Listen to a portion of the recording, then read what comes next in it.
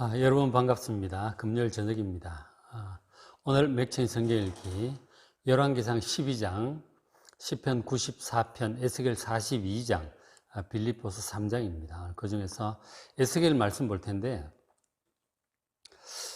에스겔서 40장부터 43장까지 이 내용을 한꺼번에 보려고 합니다. 이것은 이제 새롭게 재건될 성전에 대한 환상을 에스겔 선지자가 본 거예요. 한 묶음인데 언제 이제 저 말씀을 주셨느냐면 에스겔서 40장 1절을 보시면 우리가 사로잡힌 지 25해, 그러니까 바벨론의 포로로 끌려온 지 25년이 됐다는 거예요. 그리고 성이, 예루살렘 성이 함락된 후가 14년째다 하는 거예요. 그러니까 에스겔 선지자가 포로로 끌려와서 12년 정도 지나서 예루살렘 성이 함락이 됐거든요. 그리고 이제 14년이 더 지나서 이제 25년 된 거죠. 에스겔이 25살에 포로로 끌려왔어요. 그러니까 벌써 25년이 지났으니까 이제 50세가 되는 거죠. 그 선지자 사역한 지도 뭐 벌써 한 20년 이상 이렇게 된 거죠. 상당한 세월이 바빌론에서 포로로 이제 흘러갔어요. 그때쯤 되니까 이제 포로로 끌려온 지 한 25년쯤 되고 예루살렘 성이 허물어진 지도 14년이 되고 나니까 뭐라 그럴까요? 그 포로로 끌려가 있던 유대인들이 야, 이거 뭐 참 그냥 이렇게 다 끝나는 것인가? 성전도 무너지고 이건 다 그냥 이렇게 식으로 이렇게 살다가 우리는 바벨론 사람처럼 되고 이렇게 되는 것인가 하는 절망에 좀 잠기지 않았을까 하는 그런 때였던 것이죠. 그럴 때 하나님께서 특별히 이 환상을 에스겔 선지자를 통해서 보여주셨어요. 그 유대 포로들에게 다 전달하라고 보여주시는 환상인 것이죠. 어떤 환상을 보느냐면 그 10장인가요? 앞에도 그런 장면이 있었는데 하나님께서 에스겔 선지자의 영을 이렇게 예루살렘 성으로 데리고 가셔서 그곳에서 우상 숭배가 한참인 그런 모습을 보여주셨어요. 하나님께서 성전에 들어와서 못 있겠다고 나가버리셨잖아요.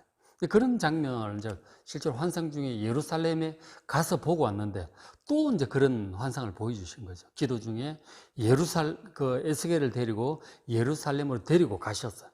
그리고 높은 산 위에 딱 올려놓으니까 남쪽으로 큰 성읍 같은 성전이 보였던 것이죠. 그런 환상을 이제 보여주시는, 그게 이제 40장부터 쭉 끝까지 48장까지 쭉 계속됩니다.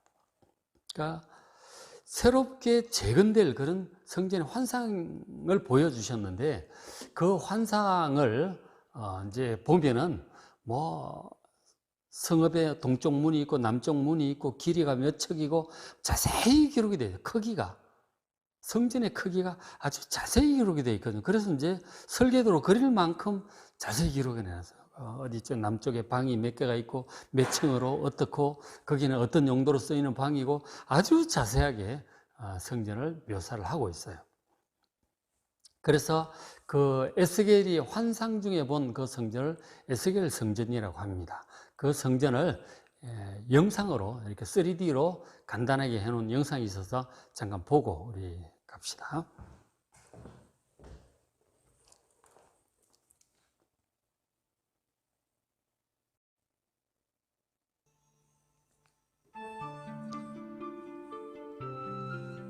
And the hand of God was upon the prophet Ezekiel, and he brought him from Babylon to Jerusalem, and placed him on a high mountain. There he was shown a vision of the future temple that will bring peace and harmony to the world. In the vision, an angel spoke to Ezekiel and said, Son of man, pay attention to all that I am about to show you, and teach it to the house of Israel. The angel took Ezekiel through the entire temple and measured its chambers and courtyards, its walls and its gates.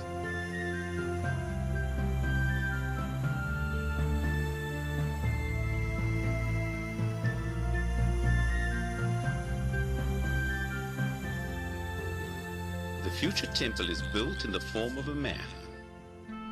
The temple building is his head and shoulders.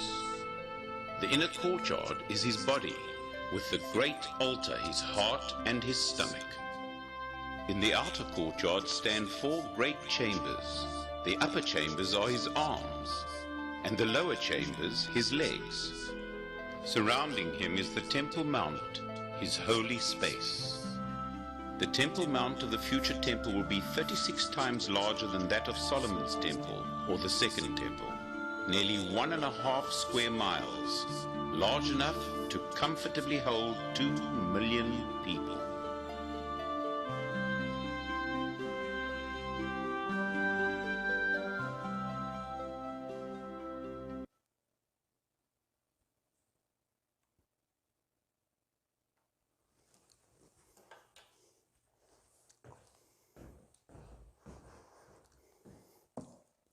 설명이 영어로 나와서 좀 당황을 하셨죠.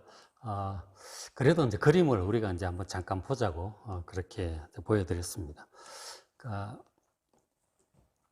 그러니까 이제 하나님께서 저 환상을 보여주신 이유가 유대인들이 아주 긴 바벨론 포로 생활에 지쳐갈 무렵에 앞으로 성전이 반드시 이렇게 회복되게 할 것이다. 하나님께서 강력한 그 뜻을 보여주신 것이죠. 하나님께서 분명히 기억을 하고 계시고 성전을 저렇게 아름답게, 훨씬 더 아름답게 성전을 회복시켜 주신다고 하시는구나. 그런 것을 이제 에스겔 선지자가 자세히 설명을 해 줬을 거 아니에요. 백성들이 그것을 이제 듣고 마음에 담아두고 낙심이 될 때마다 하나님께서 분명히 성전을 그렇게 다시 세워주시고 나라도 새롭게 세울 수 있게 해주실 거야. 그런 것을 이제 소망을 가지게 되었던 것이죠. 그래서 그런 것들을 그리면서 낙심이 될 때마다 그 환상을 마음에 그리면서 그 포로 생활의 어려운 그 시기를 잘 인내하고 견뎌낼 수가 있던 것이죠. 자, 이제 그래서 당시 그 에스겔 선지자를 통해서 이 얘기를 드린 바벨론 포로들 입장에서는 하나님께서 성전을 다시 이렇게 세워주실 것이라고 하는 그 소망을 가지고 살 수 있는 큰 원동력이 되었어요. 여기까지는 좋은데 문제는 이 에스겔 성전을 성경 전체적인 맥락에서 볼 때 어떻게 해석을 해야 될지 이게 쉽지가 않다는 거예요. 아주 논란이 많은 부분이에요. 해석에 제가 잠깐 소개를 드릴 텐데 이게 이제 이 에스겔 이미 이제 예수님도 오시고 신약 시대가 이루어지고 뭐 예수님 다시 오신다 그러고 이런 전체적인 맥락 속에서 이 에스겔 성전을 어떻게 해석을 해야 될까 쉽지가 않다는 거예요. 그래서 이제 먼저 이제 크게 3가지 정도로 해석을 하는데 첫째로 이제 에스겔 성전을 어떻게 보느냐면 70년 만에 이제 성전이 회복이 되잖아요. 70년 만에 성전이 바빌론 포로들이 돌아와서 스룹바벨 중심으로 해서 성전을 다시 건축을 해요. 그게 스룹바벨 성전인데 그 새롭게 세워질 스룹바벨 성전을 본 것이다. 근데 그렇게 일단 해석을 해요. 그렇잖아요, 그죠? 바빌론 포로들 입장에서 그렇죠. 저렇게 지어지겠구나. 그렇게 생각하고 이제 기다렸던 것이죠. 근데 스룹바벨 성전이 이제 그 성전과 실제로 나중에 70년 후에 지어지잖아요. 그 성전과 이 에스겔 성전을 비교를 해봐야 되는데 거기에서 문제가 있습니다. 제 앞에 성전 크기 비교라는 그림이 있는데 보면 제일 오른쪽에 보면은 조그만 모세 성막이 있죠. 모세 성막이 이제 저 정도 크기예요. 모세 성막이 저 정도 크기고 그 다음에 이제 솔로몬이 지은 성전이 있잖아요. 솔로몬이 지은 성전은 그 두 번째에 있는 그 정도 크기예요. 모세 성막보다 조금 더 크죠. 그리고 밑에 있는 네모는 미국의 럭비장, 축구장 정도 그림이 밑에 있는 사각형이에요. 근데 이제 스룹바벨이 돌아와서 성전을 지었는데 솔로몬 성전보다 훨씬 작고 초라해요. 돈도 없고 사람도 적으니까 저 솔로몬 성전보다 작아요. 스룹바벨 성전이. 근데 그렇게 스룹바벨 성전을 지었는데 그 성전을 나중에 예수님 그 아기 때 죽이려고 했던 헤롯 대왕이 있죠. 헤롯 대왕이 엄청나게 크게 증축을 합니다. 스룹바벨 성전을. 저기 헤롯 성전이. 헤롯 성전은 굉장히 커요. 스룹바벨 성전 그걸 기초로 해서 그 옆에 건물 또 세우고 또 세우고 뭐 주랑도 세우고 옆에 뜰도 새로 세우고 바깥에 그 담까지 해서 굉장히 크게 화려하게 짓습니다. 그게 헤롯 성전. 헤롯 성전은 상당히 크죠. 그러니까 46년 동안 지었다고 그러잖아요. 46년을 지었어요. 굉장히 큰 당시 고대 1세기 때 가장 유명한 건물 중에 하나가 헤롯 성전이었다고 합니다. 자, 그런데 이 에스겔이 본 성전의 크기는 어떤가? 바로 왼쪽에 있는 저 성전이에요. 훨씬 크죠? 솔로몬 성전보다 뭐 수십 배 큰 거, 한 50배 가까이 큰 거예요. 그러니까 저거를 에스겔 성전을 이제 에스겔의 환상 중에 보고 기록을 했는데 그 크기를 측량을 다 해요. 천사가 나타나가지고 뭐 동쪽은 얼마 몇 척, 그리고 남쪽은 몇 척이고 크기를, 그리고 가운데 건물, 부속 건물들 쫙 이렇게 해놓는데 저렇게 큰 거예요. 그렇게 놓고 봤을 때, 야, 에스겔이 본 저 환상 중에 본 성전이 스룹바벨 성전일 수는 없겠다, 그런 생각이 드는 거예요. 너무 크고 화려한 거예요. 그렇게 성전이 회복된 게 아니거든요. 그러니까 스룹바벨 성전, 일단은 뭐 바벨론 포로들 입장에서는 저렇게 세워지겠다는 소망을 가지고 왔지만 실제로 70년 후에 지어진 에스겔 성전은, 스룹바벨 성전은 훨씬 더 작고 초라했던 거죠. 에스겔이 본 그 성전에 훨씬 미치지 못하는 성전이었다 하는 것입니다. 그러니까 스룹바벨 성전으로 보기에는 나중에 보니까 좀 무리가 있는 거죠.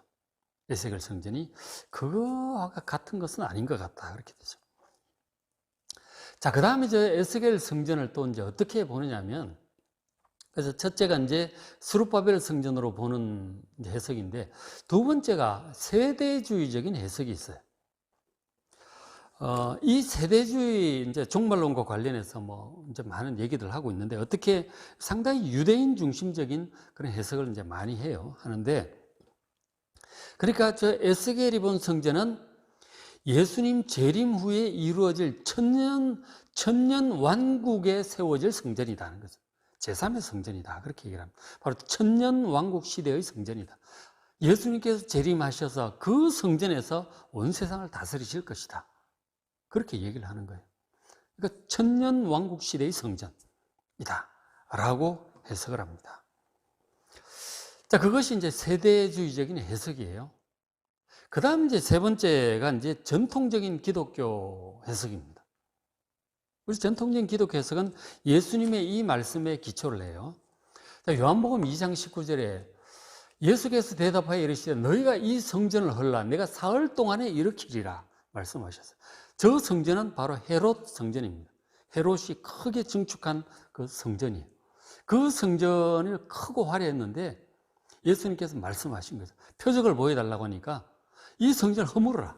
그러면 내가 3일 만에 다시 일으키겠다. 그랬더니 그 중간에 20절 제가 생략을 해놨는데 유대인들 대답이 이 성전을 46년 동안 지었는데 네가 3일 만에 하겠느냐? 웃기는 소리 하지 말라. 그렇게 이제 반응을 보인 거죠.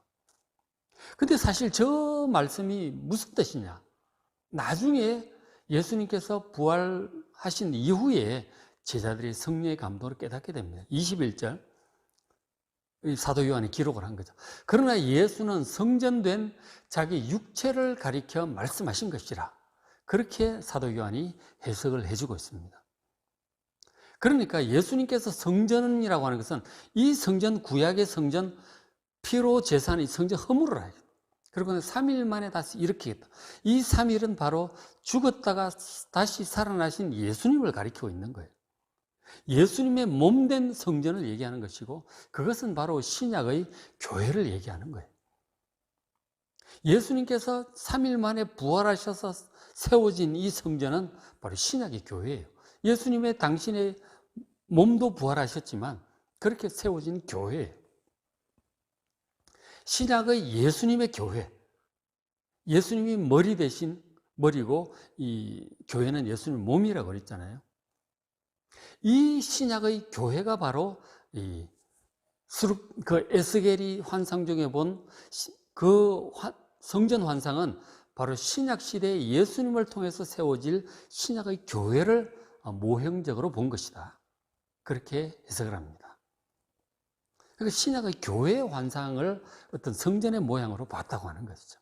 주로 이제 우리 전통적인 기독교가 그렇게 해석을 해왔어요. 그런데 그 해석도 이제 문제가 있는 거죠. 어떤 문제가 있느냐면, 여러분 읽어보십시오. 에스겔 거기 그 40장, 41, 42장, 43장 이렇게 쭉 보시면 그 내용이 다 이제 번제단도 있고 뭐 속죄제를 드리고 번제는 어떻게 드리고 제사장이 어떻게 여기는 뭐 번제물을 잡는 곳이고 여기는 이제 성전에 기물들을 두는 곳이고 그 화목제 이런 거 드리고 나면 그 고기를 먹는 장소도 있고 막 그래요. 우리가 신약의 입장에서 볼 때 피해 제사는 더 이상 필요 없거든요. 예수님께서 당신이 십자가에서 당신의 몸으로 온전한 제사를 드리셨기 때문에 더 이상 피해 제사는 필요 없습니다. 그런데 에스겔 그 성전에서 보면 피해 제사에 대한 자세한 얘기를 하고 있는 거예요.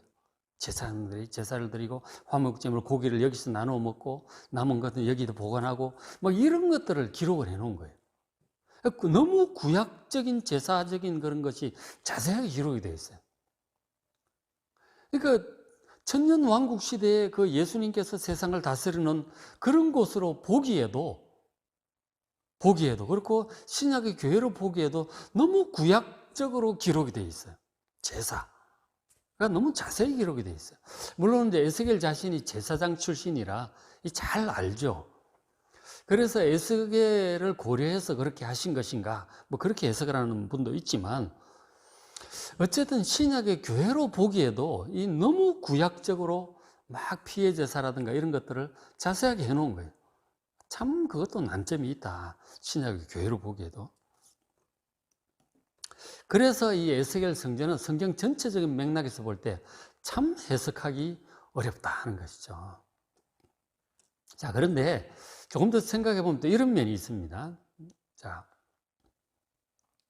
에스겔 43장 4절에 이런 말씀이 있는데 여호와의 영광이 동문을 통하여 그 아까 성전의 환상 중에 본 그 에스겔 성전이죠. 그 동문을 통해서 항상 입구는 동쪽이에요. 그래서 동문이에요. 그 성전으로 들어가는 환상이 보이는 거죠.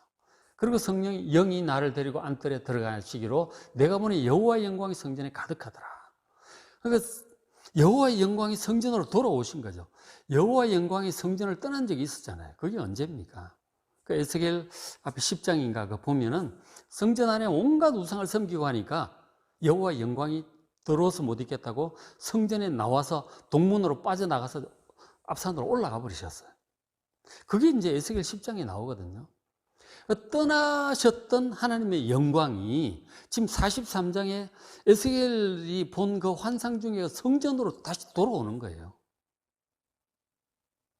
그거를 볼 때 1차적으로 지금 70년 후에 성전이 다시 회복되잖아요. 스룹바벨 성전이 좀 초라하긴 해도.